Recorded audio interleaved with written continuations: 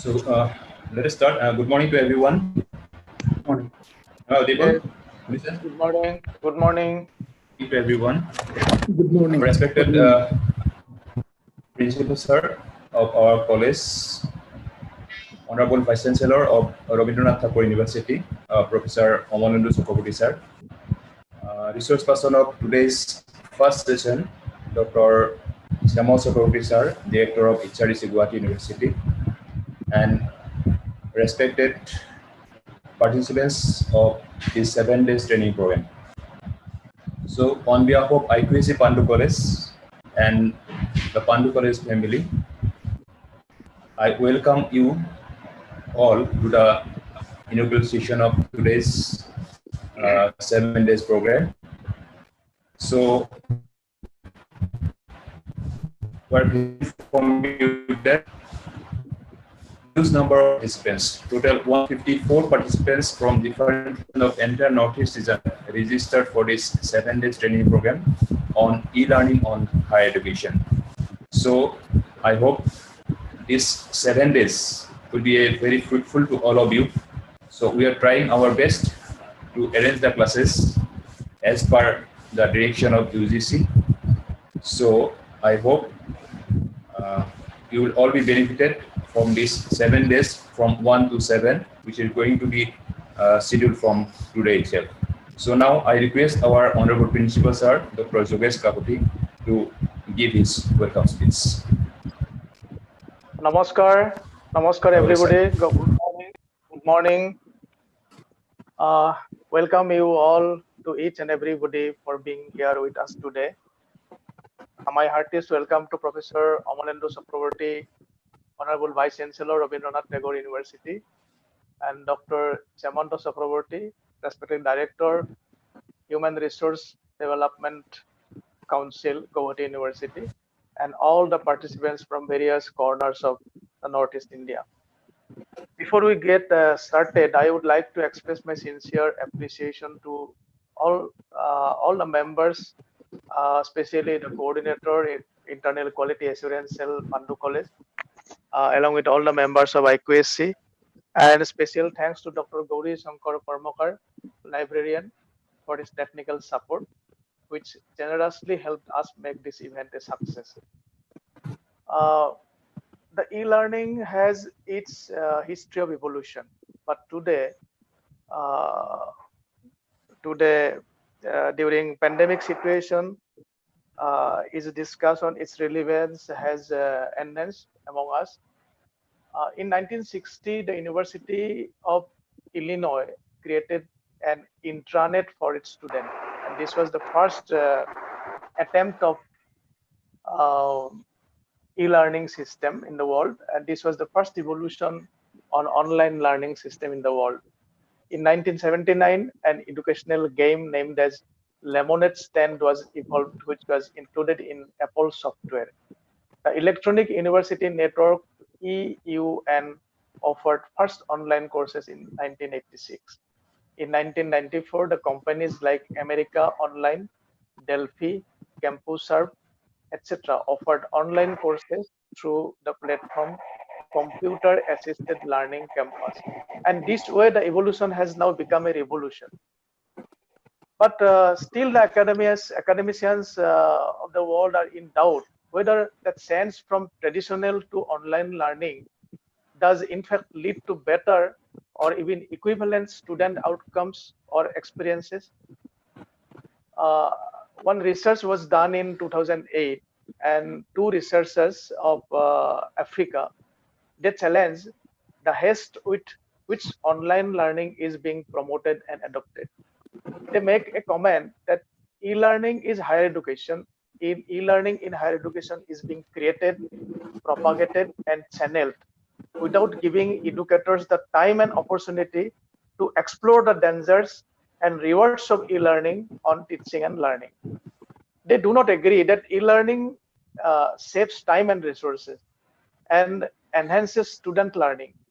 These are untested according to them. But some other researchers, they see the advantages of online learning.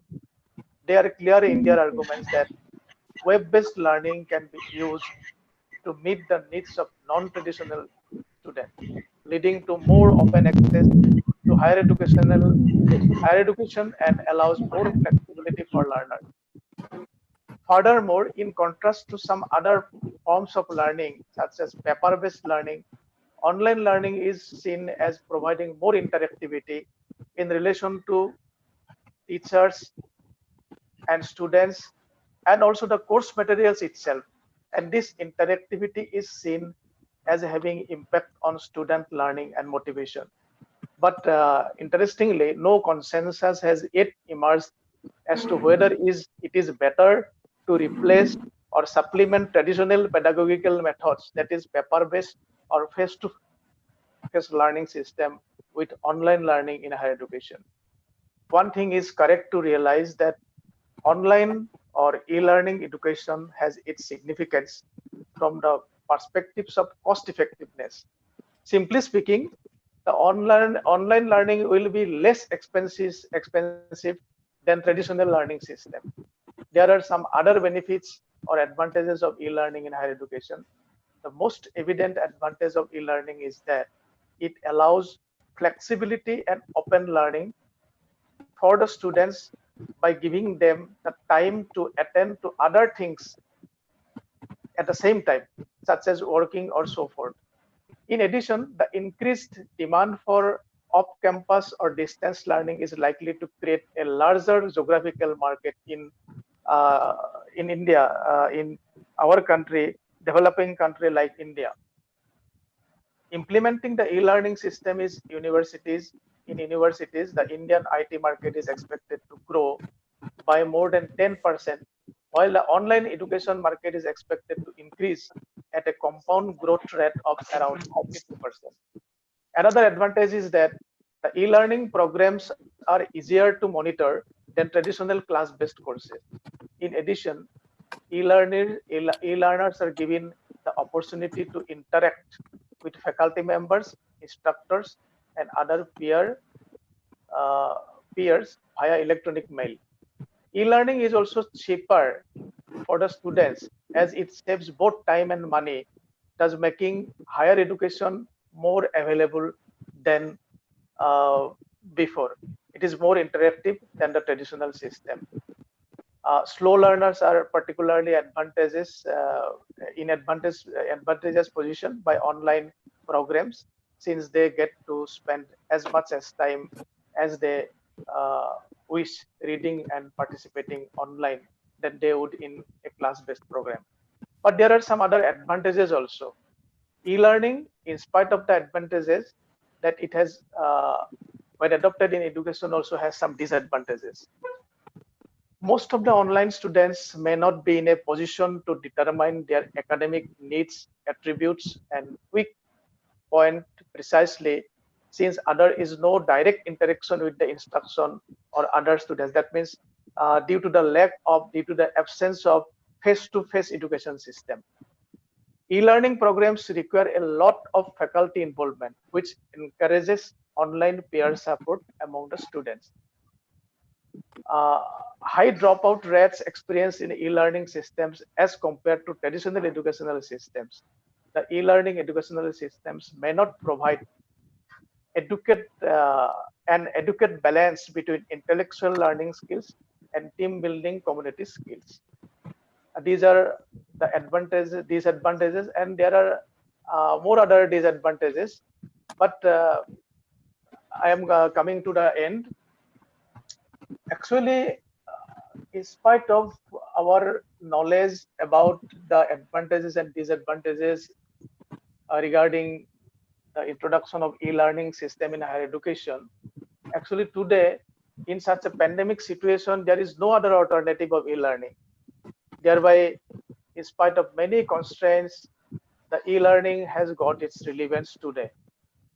But I do not know, as no consensus has yet been made regarding the benefits, regarding advantages and disadvantages of e-learning in higher education. So I cannot say directly that e-learning is better than the traditional system. Anyway, I once again welcome to all the participants of various corners of the Northeast India.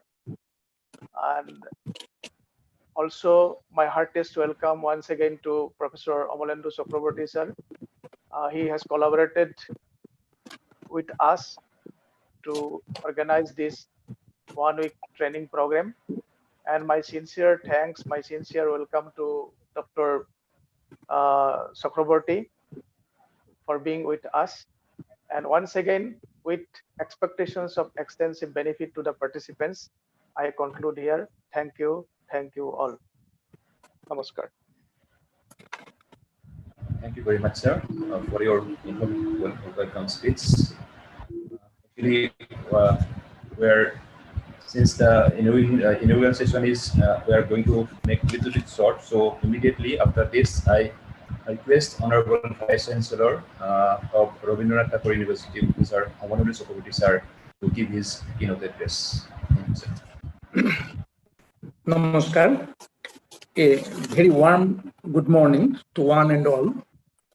I would like to welcome our respected chairperson, Dr. Yogesh Kapati, Principal Pandu College, Coordinator Mr. Dipjyoti Burman, Dr. Gauri Shankar Karmakar, and the fellow members, resource persons, and the participants. Today, we have assembled here virtually for 1 week online training program on e-learning in higher education. This event today is organized by the IQAC of Pandu College and Pandu College in association with Rabindranath Tagore University. The traditional learning system had been used in India and was sustainable for long. But the educational needs are changing and a global education standard is imposing itself and forcing the Indian education system to undergo many changes. E-learning is part of new dynamics that characterizes the educational system. It has become an important part of digitalization approaches, part of the society, comprising on extensive area of digitalization approaches, components, and delivery methods. The use of information and communication technology for educational purpose has increased, and the spread of network technologies has caused e-learning practices to evolve significantly. The concept of e-learning is definitely gaining popularity in the country, but a slow pace as compared to other countries. E-learning is a useful medium through which India can attain the goal of reaching the unreached in rural areas, motivating the learners for higher education as well as women empowerment through their education. In the present world, education is being used as a means of becoming a global citizen. In order to work in this more competitive world, one has to be competent enough to survive. Education gives us the powerful tool by which we can live a life of worthiness. It is only through improving the educational condition of a society that the multifaceted progress of its people can be guaranteed. E-learning is the best option available to achieve these goals. E-learning is also a powerful medium to, to improve inclusiveness of education in our country. Educational institution is committed to give high quality education. It should be built on values and ethics and be innovative in offering its teaching programs. Now I would like to point out the advantages of the e-learning process. Firstly, since online e-learning only requires a laptop or a smartphone with an internet connection, students can learn anywhere at any time. This flexibility helps flexibility helps working professionals to purpose to actually I want to say that students can learn anywhere at any time through e-learning if they have a laptop or a mobile smartphone. This flexibility helps working professionals to pursue new courses without giving up their jobs. They can learn at weekends or in their free time. All the course materials are readily available at students' or learners' fingertip. E-learning is much more cost-effective than doing a regular on-campus degree. It helps students who cannot afford a regular college degree to accomplish their dream without spending a fortune on college education. Since you study at your own time, it helps to save time as well. Thirdly, everyone learns at a different pace. In a classroom where everyone taught together, many students find it difficult to follow the lessons. This is a serious disadvantage of traditional education. E-learning solves this issue. In online education, all the course materials are provided beforehand. Students learn it by taking their own time. Students can clarify their doubts by live chats or forums as well. Another thing maybe point out here that through the e-learning process, students can listen to renowned professors, scientists sitting at their home. There are some disadvantages of e-learning which may be mentioned here. Students can easily lose track of their studies in online education since there are no face-to-face lectures and classmates to remind them about assignments.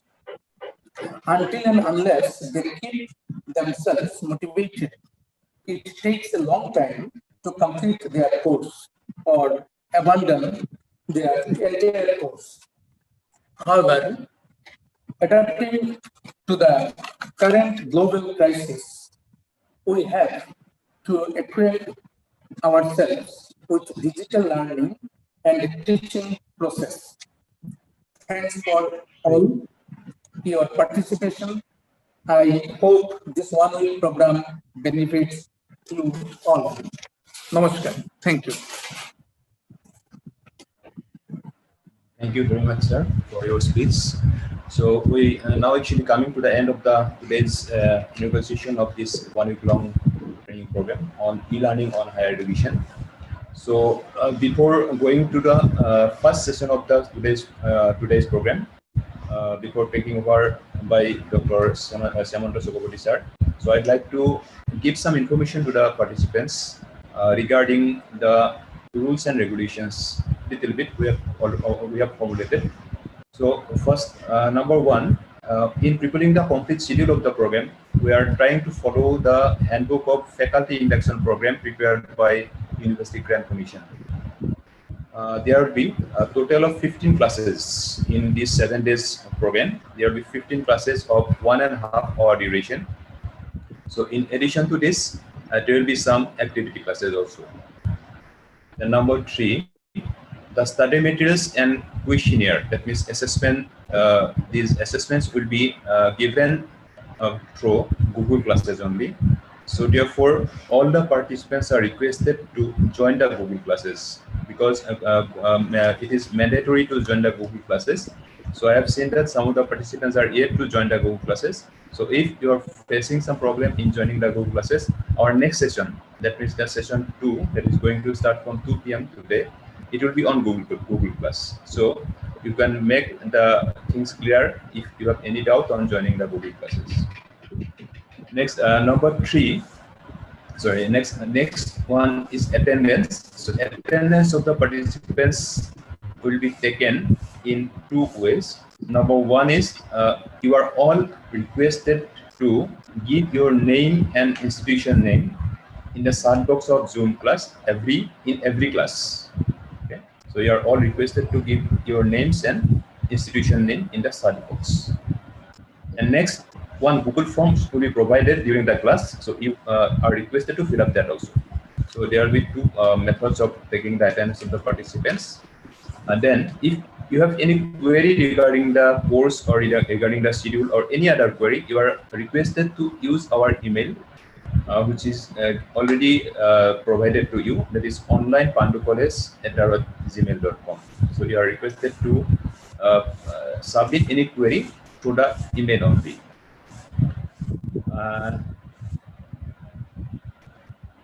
Since this is actually this whole program, it is completely new to us.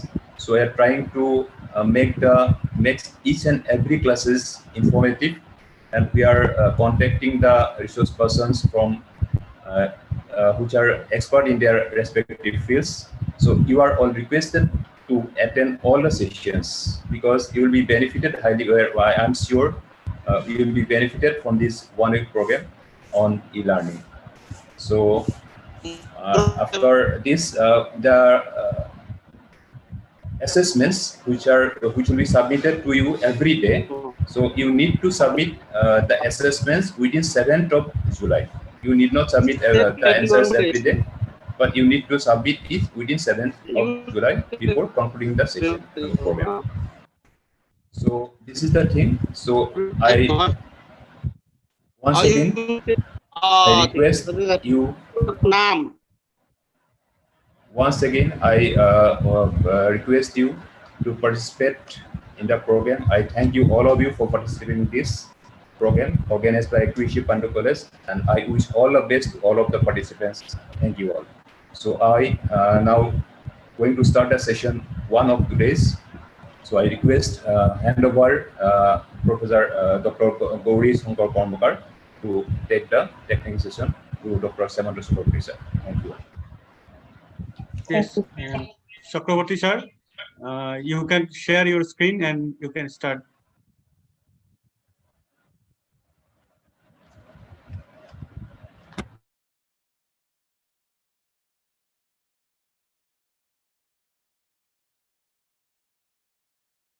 Chakraborty sir, please unmute yourself. Should I sign it again? No, sir. You are. Oh, it's okay, sir. You can start. But the desktop screen is minimum. How can I make it maximum? No, sir. You can in the right hand side, sir. In the topmost right hand side, there is an option. No, there is two options. One is box, and one is big box. You can click on the big box. Where is big ball? Large icon, is it? Which White, one? No. yes, white. No, no, no, no.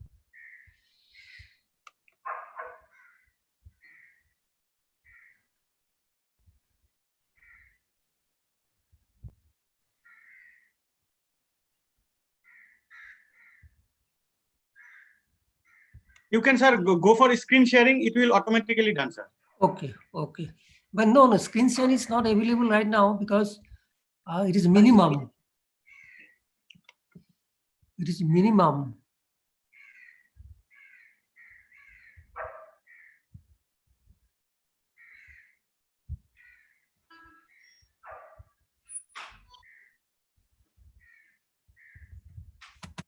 Minimum. Why it is minimum?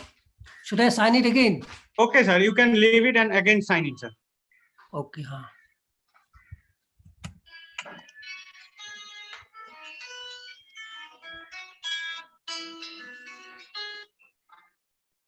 Sir.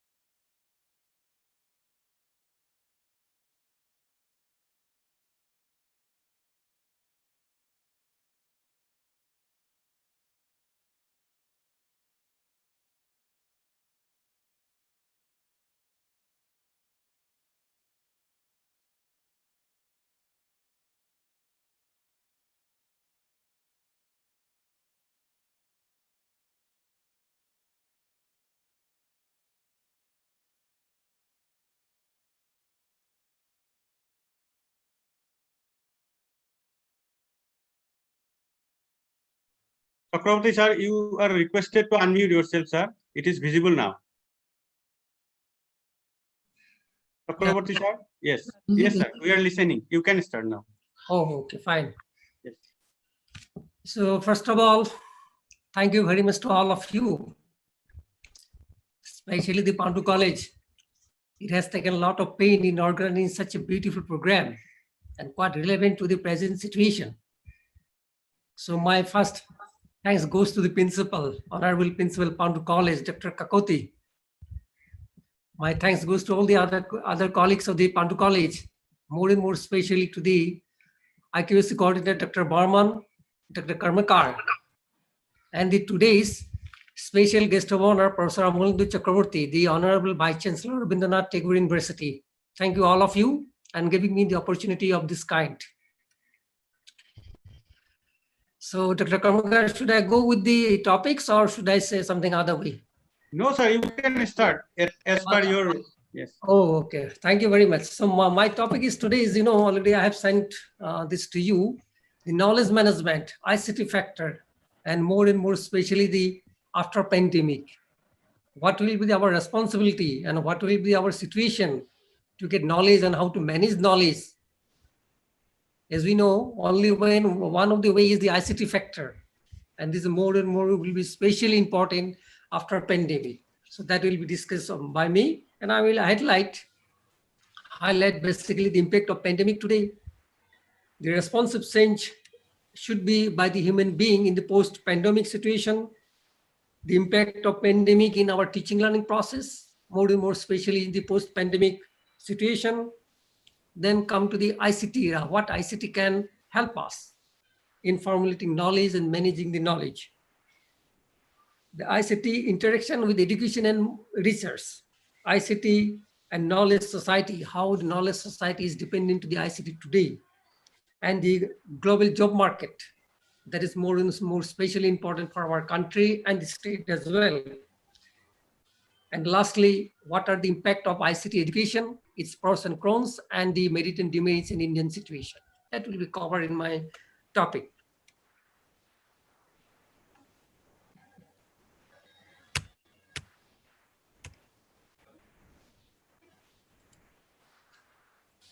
Well, our experience with the recent epidemic is, humankind has experienced as many as 4 or 5 epidemic, and among them H1N1 influenza in 1976, swine flu, Ebola, and SARS. But then all these effects are said to be less effect in compared to the present situation. That is, we are suffering the SARS-CoV-2, and commonly we call COVID-19. It caused us the surprised. The world is totally surprised. It causing the unprecedented experience, as we have those just after the advent of fire, agriculture, and industrial revolution.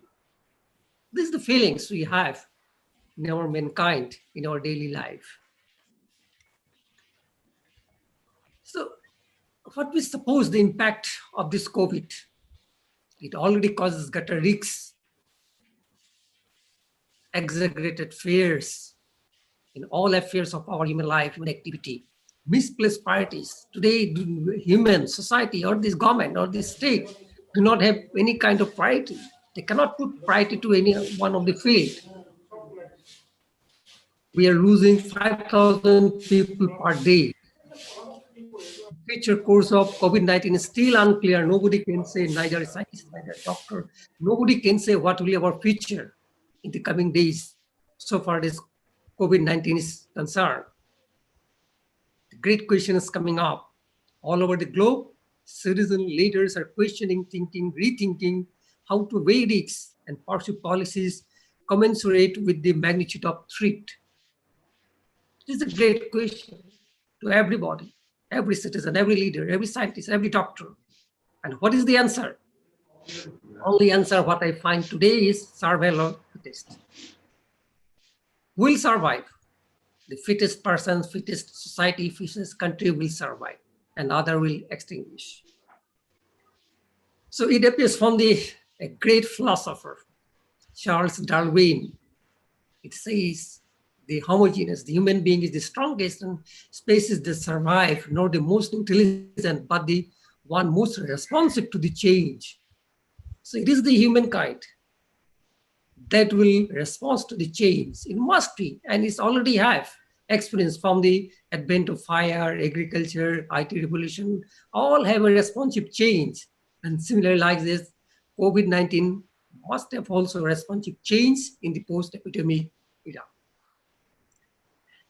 Well, another nice quotation from this gentleman, that we are in the middle of entirely exceptional period, the age of scientific revolution. We have to live with this scientific revolution. It is the only way, the scientific revolution, that will give us the path, how to go, how to move in the post-epidemic era. The prospect to change. The human society have to change. Human behavior already changed. It is going to change much more. The value system is going to change. Very essence of religion, worship, the essence of religion is in danger now. Each and every religion is in danger. You've seen last 3-4 months. Understanding the virtual world, we have to understand more and more to the virtual world. We have to habituate more and more with the virtual world.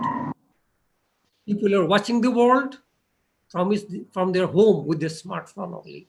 Smartphone is the only kits to connect, to communicate with the world. And this is a boon to virtual reality, you can say. Other major changes. Change is consumerization pattern, consumption pattern. International relation and cooperation is going to change. That's what is happening. Relation between community and state is very going to remote. State cannot control the community directly. It might be in the remote way. Caring for freedom, individuals' privacy rights, etc., are more worried. Serious question on healthcare system. There is a doubt. There is a very pertinent question of our healthcare system, even in the West, even in the East, all over the globe. And there is a strong demand of universal healthcare. This is a very important factor is coming in the post-pandemic that universal healthcare has great demand, and everybody, every community, every country must have rethink about this particular point: universal healthcare. There will be rise and fall of post-pandemic, rise of independence of the technology. People will more and more dependent on technology. Even the people who are much more critical about the use of technology, they are now taking this technology as ubiquitous, anywhere, any place, anytime, without any geographical location. Domestic economy, there will be change, rise and fall of domestic economy in each of the country, each of the community, each of the society. Financial and economic empowerment domain, there will be change. It is coming to realize the financial economic empower will be changed. Technological companies will become more and more powerful and dominant. It is the gaining factor of the companies. Technology company will begin certainly. There is no doubt about it. Even the smaller firms like Zoom we are using now today, big players like Google, Apple, Facebook, PayPal. Not only that, American firms will be benefited all over the globe, including Chinese firms as well. Some socioeconomic impact. Science and scientific department need to be regained again. That is the one of the vital point. We didn't give that much of importance to the scientific values. Now people are realizing what must be the values of science and scientific department. Why we need it more and more. For example, healthcare system. For example, maintaining hygiene, etc., etc. Personalization focused on human skills.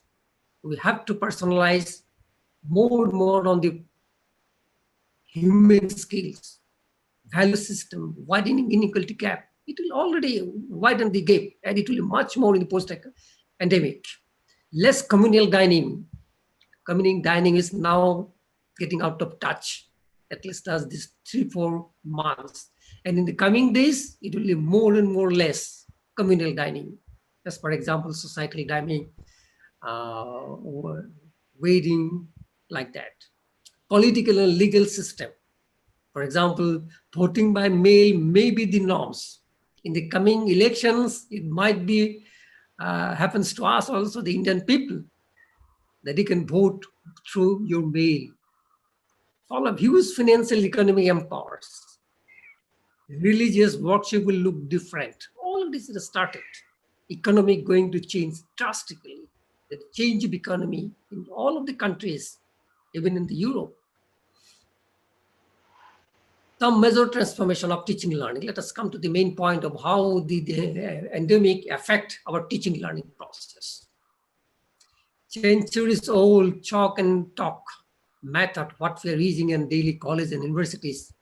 This model will be technology-driven model. Chalk and talk model must be changed, and it's already have to has transformed into technology-driven model. Healthier digital way of teaching learning. Teaching learning will be digital way. Future teaching learning would be blended mode. If the situation even come to the normal, the teaching learning will be blended mode. That is, some part will be online, some part will be offline. This is already supposed by the academia. Shift towards cross-disciplinary. So we are moving towards the cross-disciplinary teaching learning. It is very, very necessary in the coming days.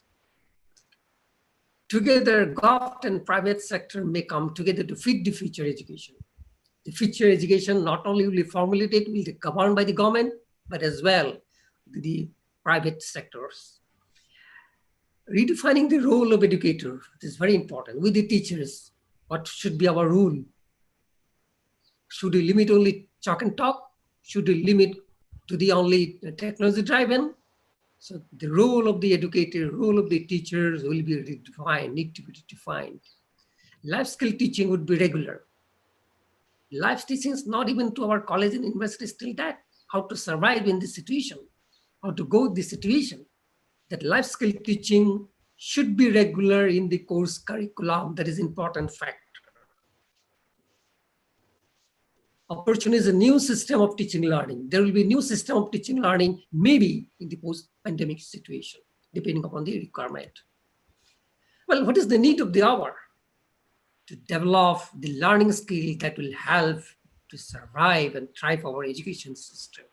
Because education is the important component, most important component of one's culture that finally drives engine of the society. No education, no development, no progress, no growth. So we cannot just live out throughout the education system. We have to build up, we have to think about the education system, how to survive it properly, to shape the society and growth. So there comes the point of learning through internet and multimedia. We have to go through internet, multimedia in our teaching learning. You see, internet is a giant repository of knowledge. Nobody can deny it. Before the invention of internet, the knowledge was supposed to be doubled at the rate of 20, 30 years. Now it is 5, 10 years. Knowledge is going doubled. Why? Because of the internet. A boon to the people, yes, nobody can deny it. Most useful technology for education. It facilitates information and communication, not only in our daily lives, but also educational purposes of all levels. Now, internet is useful for all levels. That is the interesting point. Starting from the class 1 to the postdoctoral level as well. Look, in 1992, what the T. Berners-Lee, what this great man said, the internet has potential to be the first major change in the educational process after Socrates. Socrates was the greatest philosopher ever found in the earth. And after the philosophy comes through the discovery of the invention of the internet. And it is from the Gary Becker, 1992, who got Nobel Prize in economic science from US. Indian university would not survive. It is predicted in 1997. Higher education is in deep crisis. Already we are beginning to deliver more lecture off campus via satellite or via 2D video at fraction of cost of traditional courses. The college campus would not survive as a residential institute. Today's college buildings are hopelessly unsuited and totally unneeded. This we are realizing today, and it will be more realized in a post-pandemic situation. And this made statement in 1997 by another gentleman, another philosopher, Peter Drucker. And we are realizing the fact today. Our university building many of the buildings are simply quarantine center. But classes are going on with the e-learning system. So there might not be any use of this university or college building as well in the coming days.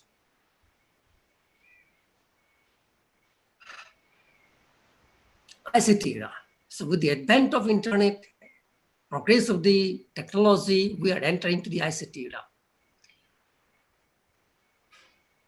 Professor C. Shaman, one of the electrical engineers, the pioneer of the devising the ICT. ICT stands for Information Communication Technology. All the communication technology, software, hardware, hardware, all this technology are included in ICT. And so far teaching learning is concerned, is a new model of teaching learning. Knowledge access in ubiquitous way. Ubiquitous means everywhere, every time, every place, without space and time. Learning video without constraint, time and space, irrespective of the geographical location. Where you are, it doesn't matter. You can learn it through your net system. Its impact on knowledge earning. So that is why the rate of doubling of knowledge is 5 years, 6 years, 7 years today. Once you get knowledge today, it will be outdated even after 5 or 6 years, maybe like that. The concept of ICT, what we call today ICT, what we define as ICT. ICT is the fusion of knowledge and technology into economy. So there is a great relation of ICT with the economy. ICT and economy is a great relation, and we call it knowledge economy. Economy develops through the knowledge, and knowledge through the ICT. That's the point. Technological progress, advent of internet, facilitated people better and more innovative ways to communicate throughout the globe, and at the same time creating new jobs. So there is a relation with the ICT, knowledge, and creating jobs, contributing to the global economic growth, and ultimately it contributes to the global economy. So that's the significance of ICT. ICT today, the concept of globally integrated enterprise. It is not a limited to nation, society, or community. It is a globally integrated enterprise, we can say. It is a highly competitive field among industrialized and emerging markets. It's market dependent. ICT is market dependent. That is why it is creating the jobs. Economy is moving into services. If there is no economy, no service at all. This we are finding so many people are now going to jobless because they are doing economy. Once economy grows, jobs will be there. Major driving force of development society, institute changing world economic order. This is the ICT. ICT is the major driving force for development of society, institute changing world economic order. I will show you some of the slides later on that how the ICT helped the institute to make it grow in the world ranking institute that we could not do in our national or state level perspective. How ICT education development are related. You see, no education, no innovation. So innovation depends upon education. And the development depends upon innovation or research. Education, innovation, and development, these are the highly related. And this brings the ultimate goal, the knowledge society. And what is the Bhaya? It is the ICT. ICT is the platform where we can learn, we can provide the education. Education provide the innovation. Innovation provide the development, and ultimately leads to the knowledge society. That's the requirement of the 21st century. ICT, the major achievements. ICT is now connected with the internet broadband system. It's open source collaboration. You can collaborate anywhere, any throughout the globe. Repeatedly improving computing capacity, rapid computing capacity. The fastest computer is now, you can connect it globally. In India, for example, the first factor behind the long and unprecedented economic growth in the last decade is the ICT. Why India is a better place in IT sector? Because of the development of ICT in certain cities, not all over the country, but in certain cities. So for example, Bangalore, Hyderabad, Mumbai, they're well in place so far as GDP earning because of the ICT. To the ICT facilitates infrastructure for economic development, creation of knowledge society. That's very important. I will come to what it means by knowledge society. Innovation, creation of values. That is the most fundamental thing for the development. Innovation and creation of values. World closer together through dissemination of knowledge, escalating research, stimulating innovation, facilitating collaboration, and concept of internationalization of education. That's important. Education is already internationalized, and it should be more and more internationalized. So for our national scenario is concerned, then only we can make progress, and the educational institute can contribute in proper way to national growth and prosperity. ICT impacts on learners. How the ICT impact on each and every learners?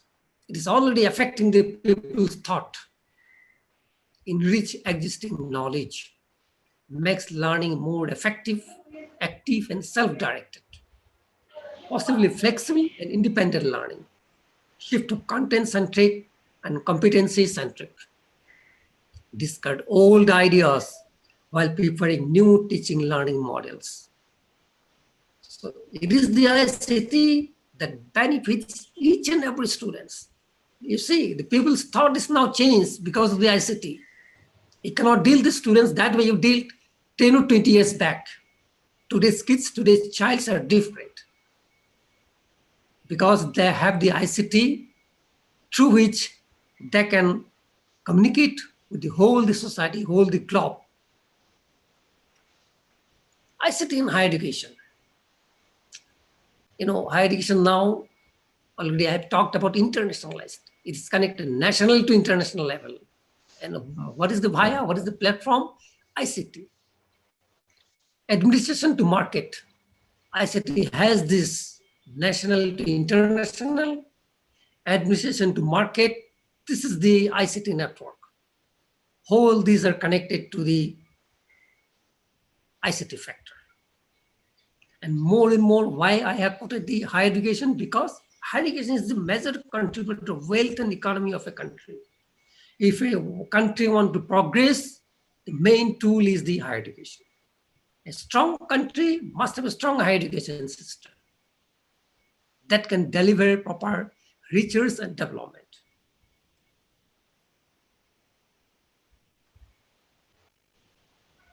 Today, ICT-oriented higher education provides world-class education.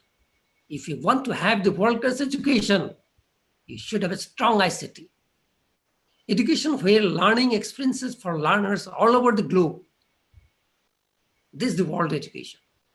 It should be a cosmopolitan ideals, an education that is more open-minded, about open, learning that engages with the world issues, ideas, and concerns. You should not be limited with your own local or regional, but also you should be open to the world issues. That is the world education. Global excellence in the benchmark is a right for all citizens.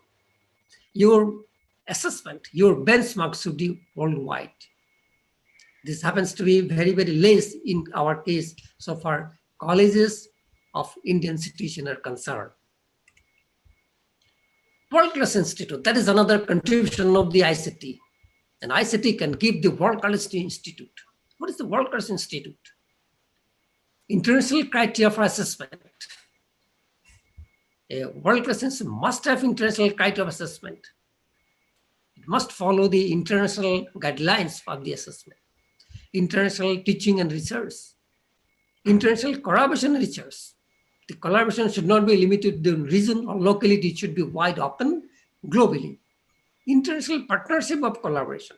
Provisions of offshore degree. There is another important point. Offshore degree. World-class education. What we mean, what we call the world-class education. International recognition. A world-class education must have international recognition, international benchmarking, and international partnership. These things must be there. Long-term graduate employability. The institute must have long-term employability facility or planning so far youth are concerned. Excellence in teaching, learning, and assessment. International performance standard. Its performance should be international standard. Collaborative scholarly activity. All these are factors why the IT is now one of the top branded in the globally. Why the Harvard University, one of the top university globally. Now come to the world-class university. High world-class ranking. University must have a world-class ranking to claim world-class university. Global employment recognition. High quality research innovation. Global enrollment. This beautifully reflect the top ranking universities, say for example, Oxford University, for example, Harvard University, MIT University, and many of the ITs of Indian scenario. Dual degree. And world-class education, world-class institute must have facility of dual degree. Simultaneously can take 2 degrees. And this is possible only through the ICT. This is one of the contribution of the ICT. ICT can help in giving the dual degree. So for example, student studying at the Guwahati University, if he or she can wish to have some other degree as well from the Oxford University, yes, it should be permitted through the ICT only. So that is a great benefit coming to the ICT, and it will more and more usable, frequent in the post-pandemic scenario. Joint degree. Well, you say, I've given you 4 institutes together. One can take 3 or 4 or 5 institutes together to can have a joint degree. So for example, one instance better in physics, one instance better in chemistry, one instance better in mathematics. He can join all the universities simultaneously to take a joint degree. And that is possible on through the ICT. So huge benefit, huge facility coming to the ICT in the 21st century. Knowledge management. How to manage the knowledge. The process of managing knowledge is called knowledge cycle. Knowledge is managed through a cycle. What is the cycle? First of all, knowledge acquisition. And how knowledge is acquisition is through the ICT. And acquisition knowledge is assimilation. Knowledge is assimilated. A mix with the prior knowledge to redefine, to get planning, to investigate, and then develop the knowledge. Through research, through innovation. Development knowledge leads to the innovation, it is the outcome. But this is a cycle, knowledge cycle. Knowledge acquisition, knowledge assimilation, knowledge development, and again to the acquisition. And this cycle gives the proper knowledge cycle and the output given to the society for its progress and development. Knowledge acquisition means extracting, structuring, organizing knowledge from one source. Knowledge assimilation means understanding of new information corresponds to the existing values base, modification of existing information with the help of new knowledge system. Knowledge development means creation of specific knowledge resources through research, leading, correcting, or discovering new knowledge technology, creating new values. This is also part of innovation. So this is the knowledge cycle, knowledge acquisition, knowledge assimilation, and knowledge development. This must be followed through a proper institute in education planning. This is beautifully reflected in the most of the major higher ranking institute. And that is why they are the top in the world. ICT and knowledge, how the ICT is dependent. ICT is the main platform to get the knowledge cycle, as I talked about. Knowledge acquisition, knowledge assimilation, these are basically depends through the ICT. ICT is the platform. No ICT, no process is there. And ultimately, no output, no benefit to the society. Impact of ICT in global research. This is interesting. How the ICT is impacting globally so far research is concerned. Research stands for innovation. Research stands for development. Today, global research is dominated by a few large countries. For example, US, Germany, Japan, China, and UK. And you see there is no place in India. So far global research is concerned, there is no good place we are counted in the global research. These are countries, US, Germany, Japan, China, they're dominating the global research. Why? Because they are good in ICT. But the rate of global research collaboration are much lower in the US and China than the smaller countries like Switzerland, Netherlands. The collaboration is better in some smaller European countries because they are interconnection. Their high rate of collaboration. Switzerland, Netherlands, they're highly collaborative so far research is concerned. And because why? They are better in ICT. ICT is the platform to make collaborate, to make development. However, the majority future research collaboration opportunities 2020 will be continued to come from the major players such as US and China.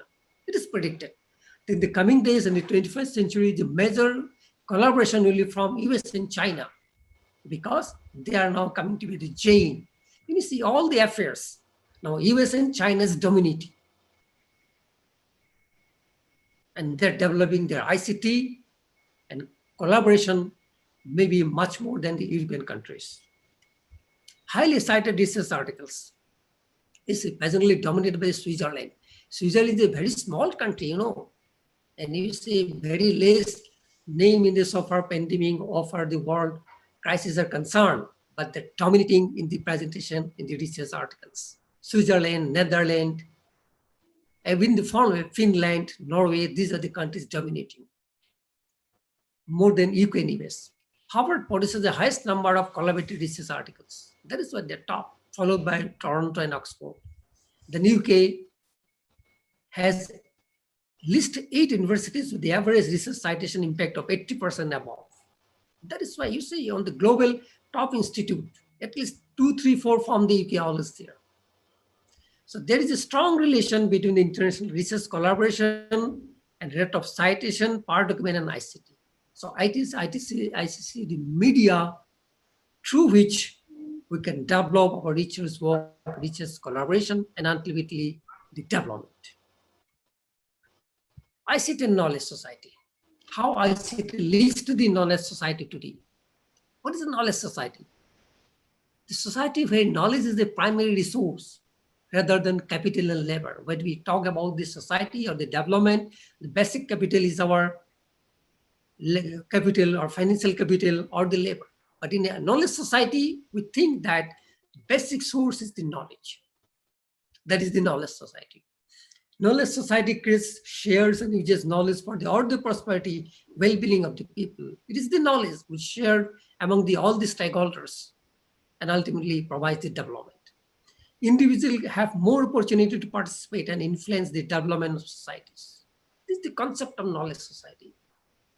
And already the developed countries, for example, Switzerland, Finland, they're already touching the knowledge society. Knowledge is there. Globalization and changing world economy driving the transition of knowledge-based economy. Where is knowledge society? The economy called knowledge-based economy. A country needs knowledge-based economy not only to build efficient domestic economies, but to take advantage of global economic opportunities. So only knowledge-based economy can make the global opportunities. If we want to have the global opportunities, we must have to touch, we must have to try to go to knowledge-based economy. UNESCO argued use of ICT must be linked to the recognition that knowledge is the principal force of social, political, cultural, and institutional dimension of development founded on human rights. This is the instruction given by UNESCO, rightly pointed out, and quite relevant to the present situation, and maybe more and more important in the post-pandemic situation. Knowledge society information, there is a difference between knowledge society and information society. Information is the codified result of observations. What we call information is a codified result of observation. It's a newspaper, it's a book, it's a source of information, codified information. But knowledge entails to a capacity to act. We cannot work with the information, we can work with the knowledge only. So knowledge entails the capacity to work, to act. Information is limited to the extent of the application of knowledge to create data. Information has to be activated or generated by knowledge. The concept of knowledge society includes dimension of social, cultural, economic, political, institutional transformations, more pluralistic and development perspective. The knowledge society is not only limited to the economic, but also social, political, institutional transformation, because all the stakeholders, knowledge is the main point, sharing among all stakeholders, and knowledge for the development. Characteristics of knowledge society. In a knowledge society, what we call the knowledge society, members must attain the high average standard of education. Each and every member should have a high standard of education in comparison to the other societies. And growing population at its labor force are employed as knowledge workers. The workers are called knowledge workers. Labor force will be knowledge workers because every people are knowledgeable. They can contribute to the society through their knowledge and ideas. That is researchers, scientists, information specialists, knowledge managers, and related other workers. They'll be defined as scientists, knowledge managers, knowledge specialist, information statistics, like that.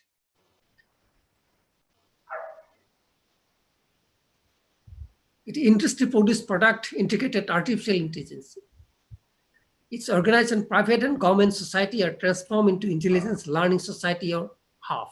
The organization will be learning organization. It will be learning organization or half, we can say. Pillars of the knowledge society. The basic pillar is the education, ICT, and the science and technology. This makes the knowledge society. These are the must to have a knowledge society. These are more important in the pandemic situation.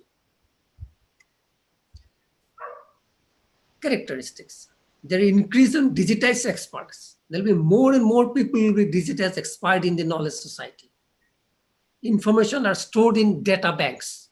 There will be data banks where information are stored. And if you want to have some information, simply you charge the data bank through the ICT. There's a distinct epistemic culture of knowledge production and knowledge utilization. As society growth, develop, and innovation are driven optimal use of information and information products. This is important. Agriculture and manufacturing sectors become knowledge-based industry.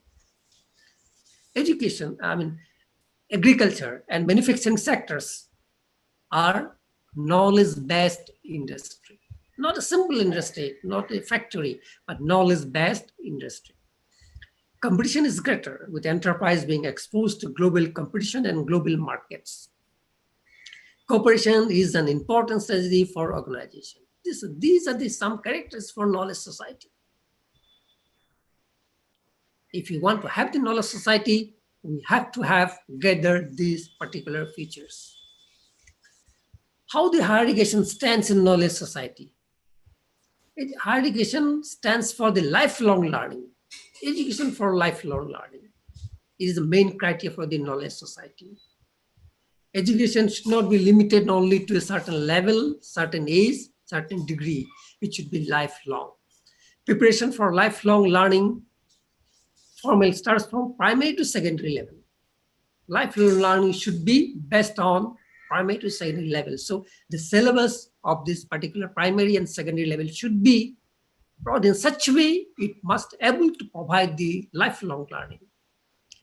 In tertiary level, the requirement is to build capacity building. Tertiary level learning should be capacity building, giving skills, knowledge-based skill, not a simple skill, knowledge-based skills with the help of science and technology in discipline-specific skill, research, development, etc., etc. So this is the main ambition, main purpose of education, primary, secondary, and tertiary in a knowledge-based society. ICT and global job market. Now coming to how the ICT can help to get into global job market. Social and relationship skills are to increasingly exercise using ICT, which are essential skills both for employee and employer. Social and relationships are very, very important. If some youth want to join in this job market, these are very, very important. And this provide through the lifelong learning, critical tool in preparing students with the skills for the global workplace. If the ICT is the engine of the growth of a nation, so then tool of the youth empowerment is the ICT. If ICT, we can define tool of a growth of a nation, ICT will be the tool for youth for empowerment. Both. For the nation, it is the engine. For the youth, it is a tool for self-empowerment. So today, one of the important things is that only the ICT can empower the youth so that they can join in a global market. And for a nation, it is the engine of growth, of development, which ultimately leads the socioeconomic development. Our key challenges. The country is the world's biggest tertiary age population. More than 50% population are less than 35 years old. Significant population growth and huge development demographic profile. India has a huge demographic profile. One leader of youngest population in the world with an average age of 29 years. but the main hope of nation lies with the proper education of youth. So what is the hope of nation? Proper education of the youth. We cannot properly educate the youth, our hope is nowhere. So it is rightly said, the main hope of a nation is the proper education of the youth.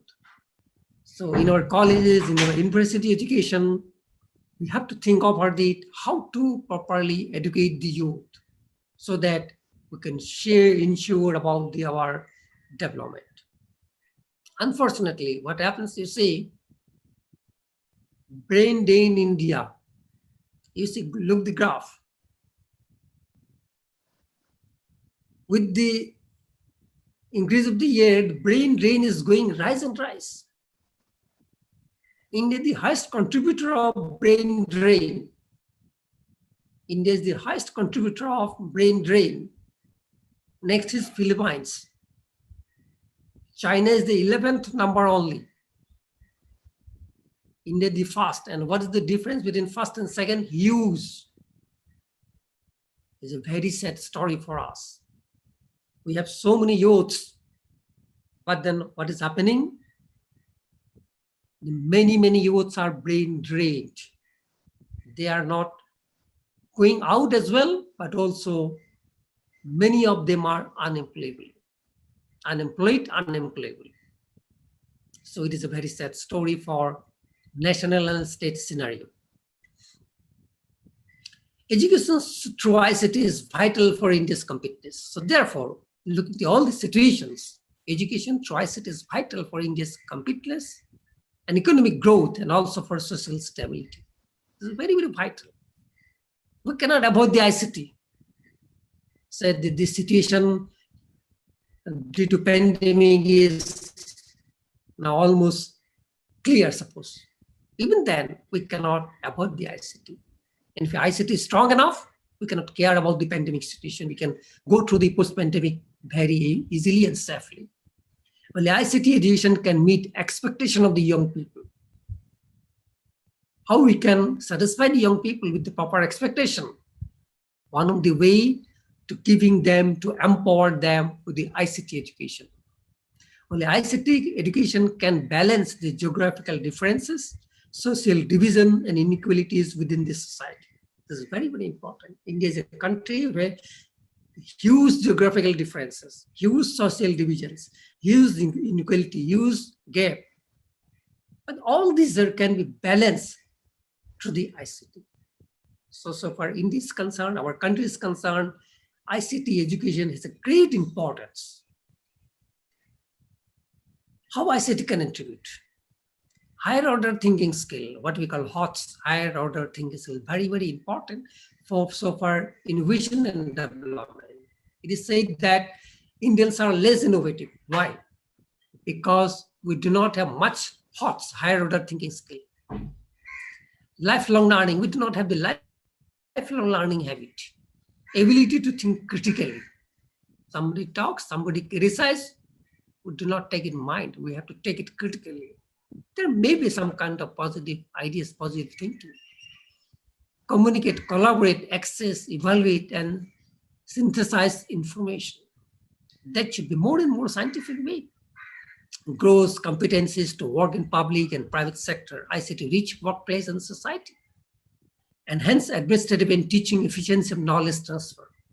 So ICT not only helping the academician or teachers or students, it also helps the administrative people, administrative efficiency.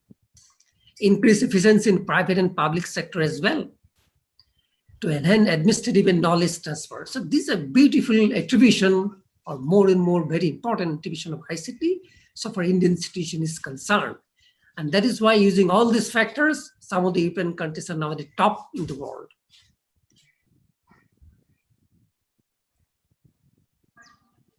Challenge. Our challenge. India rises faces of daunting challenges. We have many challenges. So for Indian education is concerned, so for ITC education is concerned, if we want to make the development, we have to overcome the challenges and properly.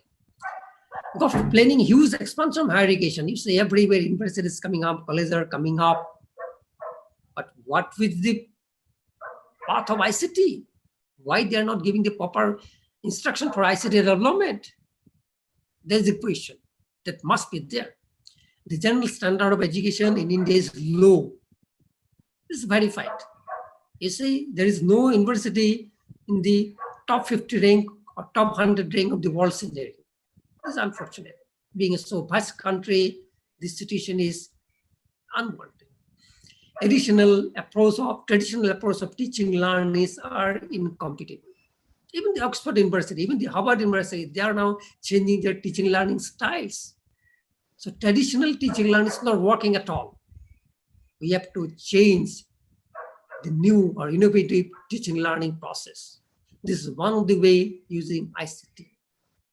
So each and every college, each and every university must have stress on the ICT, even in the pre-pandemic or maybe post-pandemic, and then more and more important in the post-pandemic scenario.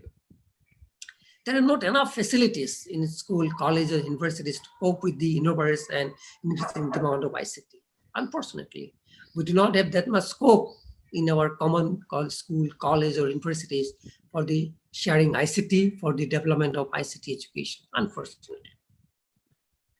So with the rise of middle class and increasing number of people, not only the state education service which cannot afford ICT education, but also people are moving inclined toward the private education. As a consequence, the dramatic shift to the private provision in the higher education. So people are now looking to the private education who are comfort in giving the financial help.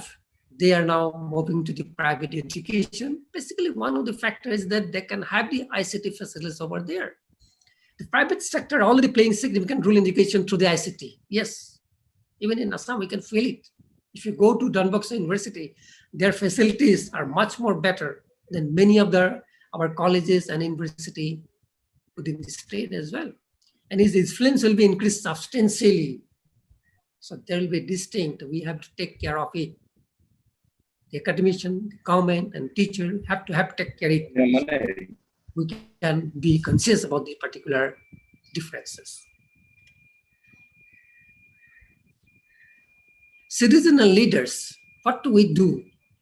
Our citizens, our leaders need to think carefully. How to we reach of teaching learning in the context of pandemic and pursue policies in the post-pandemic situation through proper ICT education. So to commensurate with the magnitude of present threat among the young youth to lead them towards the knowledge society. So this is the responsibility of the citizen, responsible leaders, social leaders.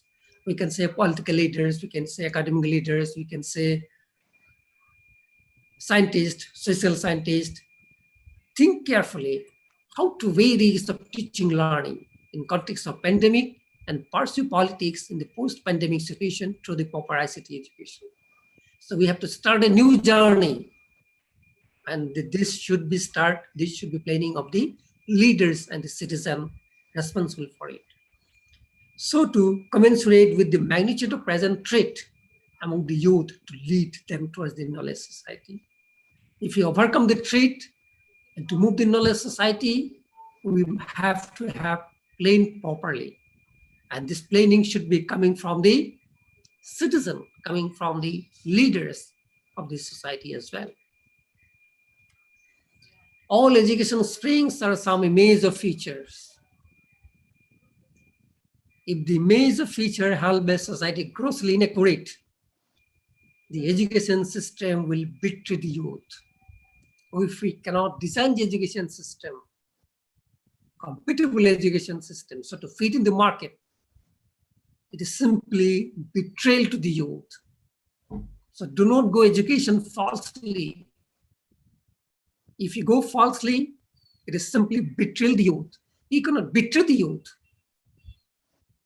If you do not teach them, that's well, but you cannot teach wrongly because it betrays the youth. The nation depends upon youth. You know, what is the best resource of a nation is the youth. Empowering the youth. Our responsibility, teacher, is to empower the youth. If you empower the youth properly, that is your contribution. We cannot contribute to society, some washing roads and other things, but you contribute to society with the proper empowering the youths. So look, this is very nice and important point that all education springs from the same image of future. Education means future image. And the image of future held by society grossly inaccurate. The image is not correct, accurate. It is simply betray the youth. And if you betray the youth, you'll be nowhere in the world in the coming days. So we must be, as a teacher, as a social leader, as a conscious citizen, must be aware of this particular fact. Children in the world, 30% of population, with their dream of future is 100%. We're playing 30% students, 30% kids, 30% children of the world with their 100% future. That should be remembered by our leaders, citizens, political leaders, academic leaders, teachers as well. Well, this is the point I want to share with you. If any is there, we can discuss it. So I have touched some effect of the pandemic, some responsible change going to be happening in the post-pandemic scenario, starting from the economic sector, social sector, and education sector, and what will be impact of teaching learning in the post-pandemic scenario, and then coming to the ICT factor, because ICT is the only way to cope up with the society, with the development, with the research. No research, no development, no innovation. Then also I have touched the knowledge society, what we define the knowledge society, and what ICT can help, ICT can lead, ICT can way, ICT can be the way for towards the knowledge society. And how ICT helps youths in going to the job market, because ultimately our youth should be go to job market. And ultimately what the challenge with us, Indian scenario, and also the state scenario, so for leaders, so for citizens, so for teachers is concerned. So these are the very important thing. I think nobody should ignore, no institute, no education policy should ignore ICT, so to have development in the post-pandemic situation. Thank you very much. Well, it is now open for discussion, if you think so. Dr. Burman. Yes, sir. Thank you, sir.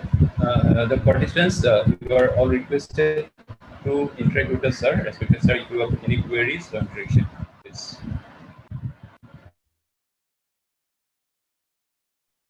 Participants may unmute themselves and ask the questions.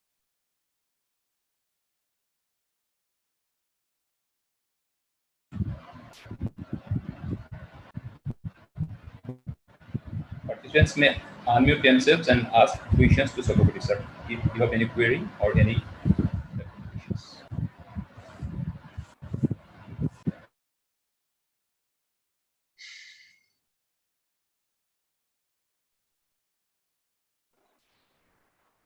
So, Burman sir, if there is no question, then we can conclude here. Good morning, Hello. sir. Hello, I'm Asha Sharma. Ma'am. Hello, Gauri Karmaka sir. Yes, ma'am. You can. Yes. I don't have any questions, sir, for you, but I just want to say a very thank you very much to you, Sakopati sir, for such a enlightened lecture for us. Thank you very much, sir. Good morning. Hello. Yes. Hello. Yes, we are listening. Am I audible? Yes. Good morning, sir. Hello. Good morning, sir. Am I audible?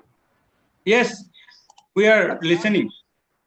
Sir, one question. Sakopati, sir, your mic is muted. Please unmute this. Sir, we are talking about ICT. Hello. Hello. Yes, we are listening. Please ask the question. Socrates sir's mic is mute, huh? He's on mute.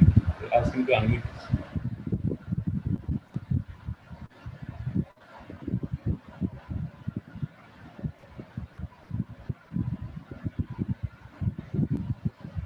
Yes, go ahead.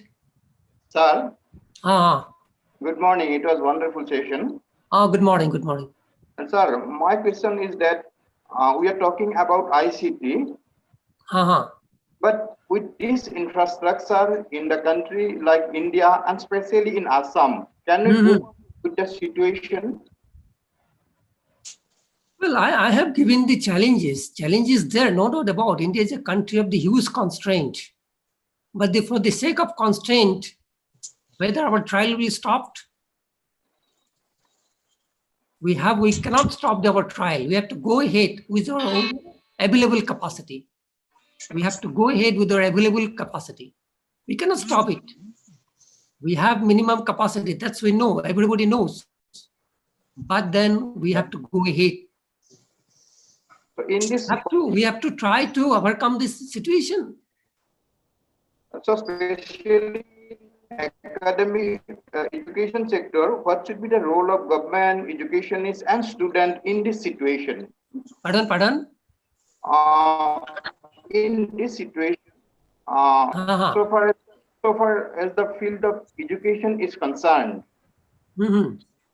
what should be the role of government, educationists, and students in this situation?